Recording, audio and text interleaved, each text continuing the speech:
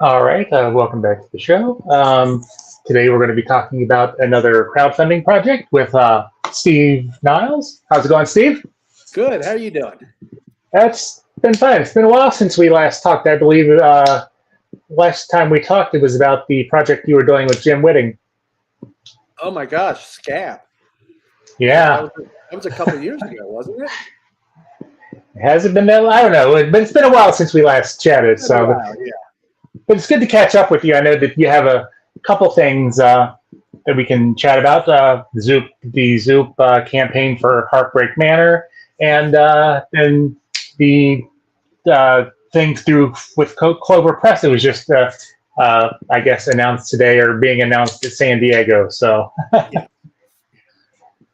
so before we get into either of those, for people who haven't seen one of our interviews, why don't you tell us a little bit about yourself, about your getting your being a comic book reader, and then getting into comic books, as a creator.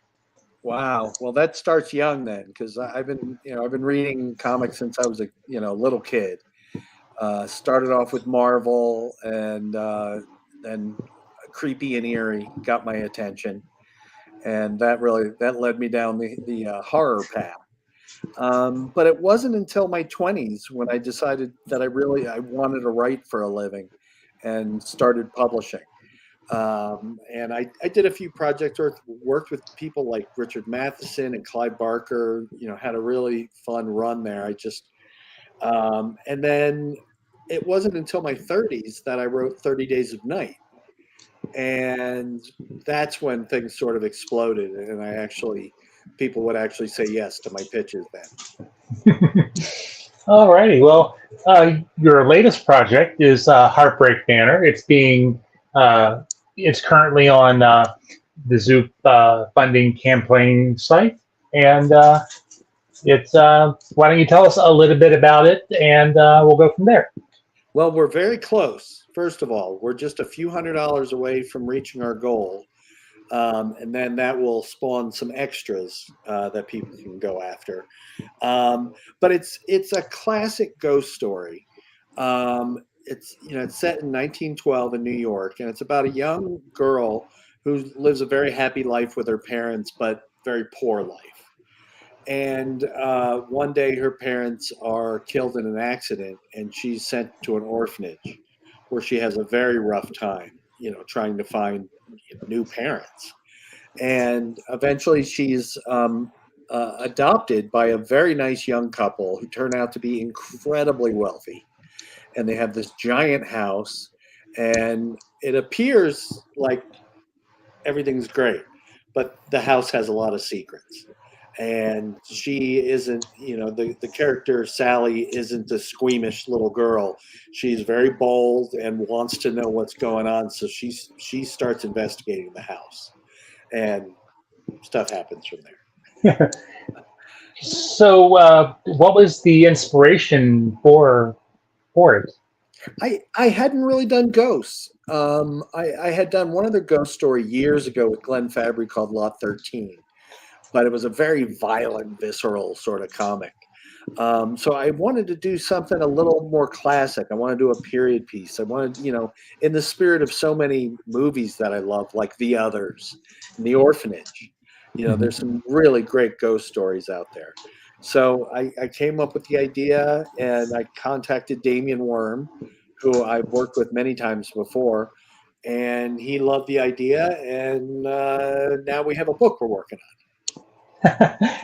And it's, as you said, it's less than $200 away from being funded with about 12 days. As we're talking 12 days, when this interview goes up, it'll be 10 days. But on.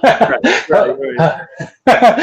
but so why Zoop? I guess.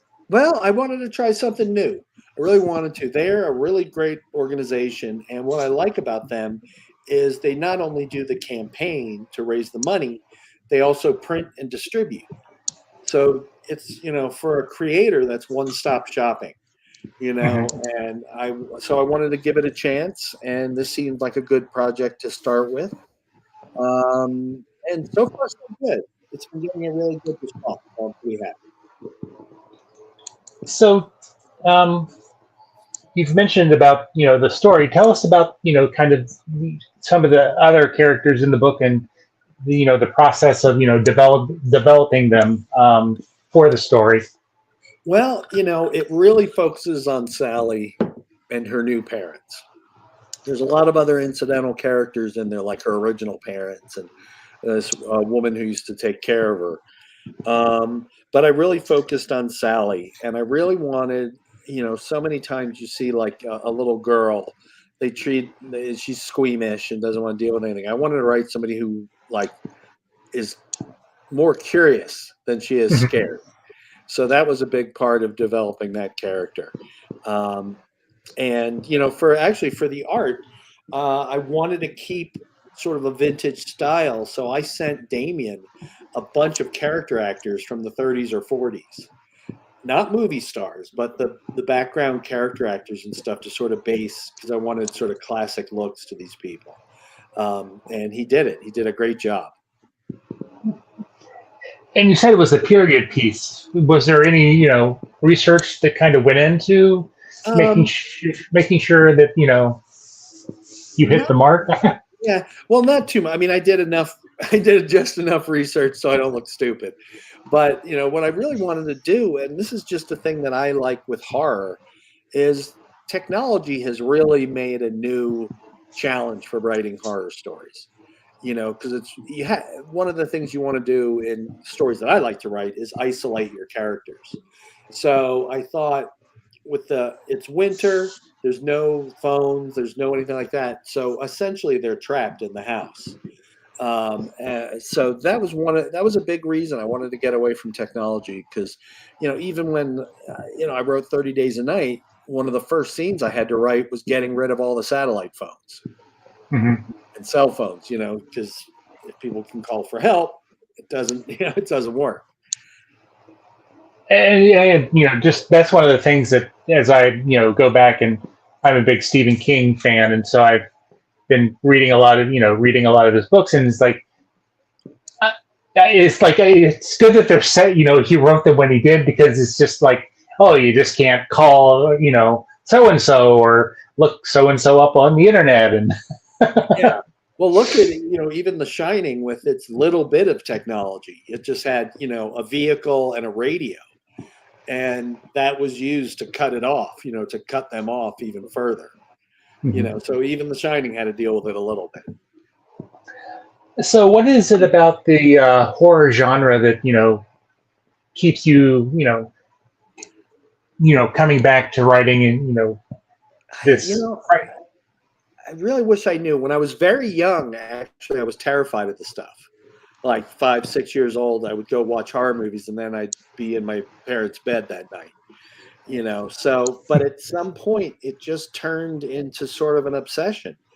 And all of a sudden, my parents didn't know what was going on, because all of a sudden I was like the scared little kid. Now I was watching Night of the Living Dead and putting the posters on my wall and Mhm. all that stuff. So And how do you kind of keep keep it fresh? You're not horror wise, not going back to something similar to what you say you used in 30 Days a Night, right. and keeping it bringing something new and exciting to the table to keep readers engaged. I love it so much. I just love writing. And I think that keeps it fresh, because no matter how long you've been writing, you get better with practice. So I haven't had a really hard time not repeating myself. I kind of avoid vampires most of the time, except in my Cal McDonald stories. But Mhm. other than that, I really enjoy trying to write new stuff.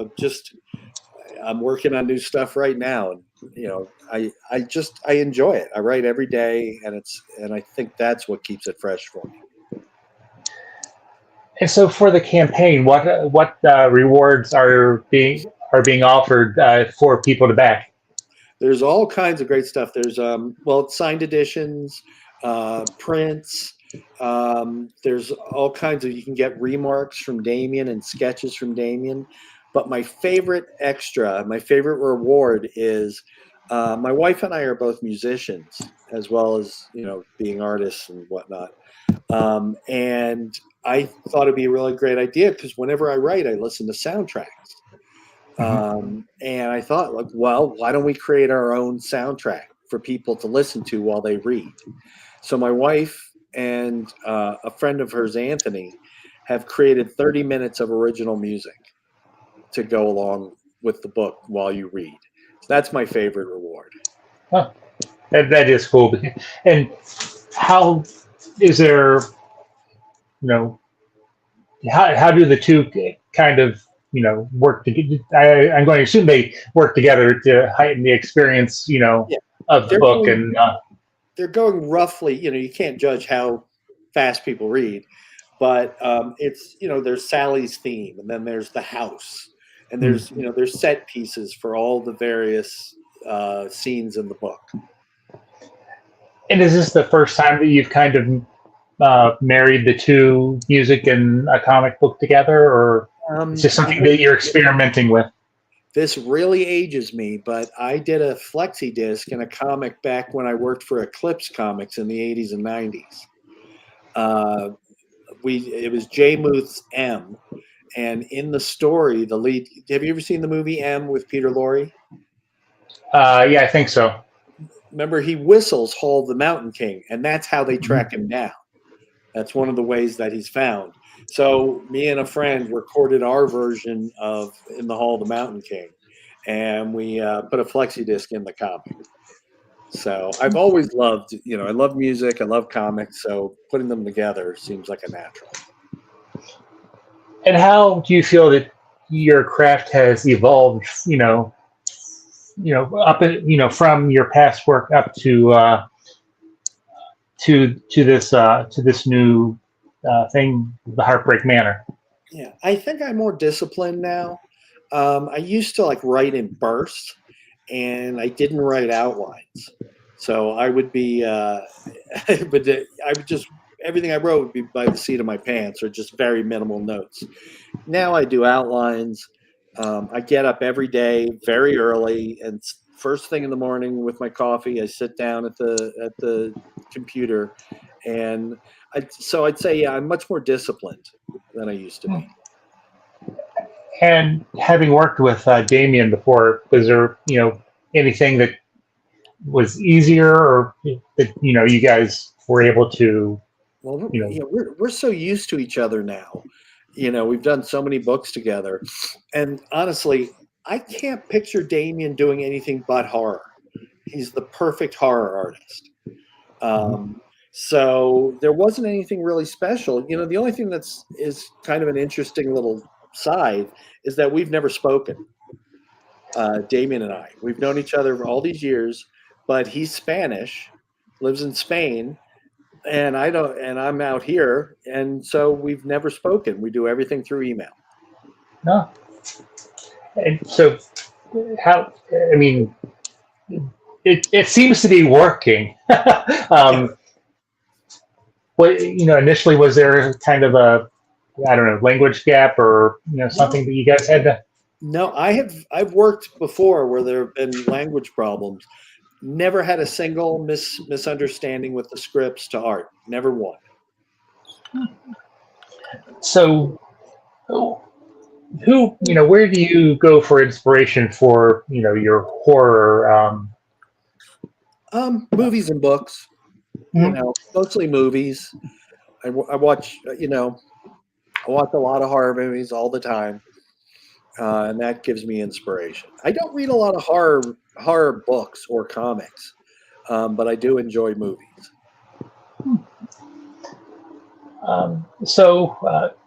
Aside from the Zoop campaign, it was also announced today that you are going to be working with Cloverleaf Press, the Fourth Leaf. Kind of explain that, and how what your involvement is going to be. Well, I have a character named Cal McDonald. I've been writing him for years. I do him as comics and as prose. This is a new collection of short stories, prose short stories that I put together. It's been I think like 15, 20 years since I've done my last one. So I'm really excited about this. And I didn't know how I wanted to get it out because it is prose, but it has a lot of like, it's got a Joe Jusko cover and all these great interior art, 10 different comic pros doing interior art. So I wasn't sure. So I approached Clover because, I know Robbie from my IDW days. Mhm. And I like their business model. It's a good business model. I get to retain my rights and all that and get a book out and everybody's happy. So I'm really looking forward. It's going to be a Kickstarter. They do all their books Kickstarter. So I Oh, believe yeah. it'll be a Kickstarter in July, late July. Okay. And I guess they'll be releasing more about it at the upcoming San Diego Comic Con. Yeah. That's pretty soon, isn't it? Couple weeks. Yeah. I'm not going this year, so. I'm not going again because that's clear on the other side of the. Oh yeah, I guess. Yeah. Plus, I'm lucky enough to get permission to go to New York, which is about 3 hours away from me. So. Yeah, and New York is just as big and crazy. Yeah. So, is there a difference between, for you between writing prose and then writing comics, or are there things that you've learned from doing each that you've learned to use for the other? I think they really help each other out. I really enjoy writing prose, but that's what I've done the least of. So, I'm actually still working at it. But what I'll do sometimes when I'm writing a comic, I'll write a prose version of it because I get an interior monologue that way. I'm not worried about like pages and panels. I just write the story, the thoughts of the characters. I can get right in there. So it's really helped out. So, moving forward, are there any other projects that you can mention? I know there's probably things that are still being development, but are there things that you have upcoming that you can talk a little bit about? They just announced this week another project I'm working on with the Lab Press called Callisto. It's this massive 180-page graphic novel that I did. That's a murder mystery, supernatural story on one of the moons of Jupiter. Interesting. Yeah, I thought it was a nice twist. I originally wrote it as a screenplay, and it took place in Los Angeles. And when I decided to do it as a comic, I was like, everybody does Los Angeles, and I thought, like, what a great twist it would be to make it a science fiction story. So I did that, and I had a blast. So that'll be out in September. And then I have one other thing that I'm doing that's also coming out. I have a copy here. This is a comic book called Take It Back. It's about my days playing music and life in general, struggles with mental health. I mean, it covers all kinds of personal stuff. And that comes out in September as well. Well, maybe when we have a little more time, when then closer to the release of that, we'll get back together and kind of dive into that one. I would love that. So, anything else that you would like, people to know about the Zoop campaign or the upcoming Kickstarter for Clover Press? Keep an eye out for updates, and I hope people will give it a chance and check it out. They're two very different projects, but I'd love to see what people think. And why don't you kind of give a pitch for each? Well, Heartbreak Manor is by me and Damien Worm, and it's the story of a young girl who has to unexpectedly deal with ghosts in her life, and basically how she deals with it, how she solves the problem. The other one is called Plague of Evil and Other Stories. And it's Cal McDonald, who's my favorite character in the world to write. He's a private detective with massive drug problems and drinking problems, who hunts monsters when in between his drink. And it's actually there's a lot more comedy to it, so I actually really enjoy it. 3-minute switch 2. Well, we'll continue to follow the Zoop campaign over on Comic Watch until it wraps up, and then once the Clover Press one starts up, then we'll be following that one too in our weekly roundup in our that we have every Saturday on the site. Right. I would love that. That would be really great. Come back. Yep. Well, again, I didn't want to take up too much of your time. I just wanted to get a few thoughts on the campaign, and best of luck as it wraps up, and best of luck on the one with Clover Press. And let's try to work something out to talk about the your upcoming book in September. I'd love that. Thank you so much. All right. Well, have a great rest of your day, and we'll definitely be in touch. All right. Thank you.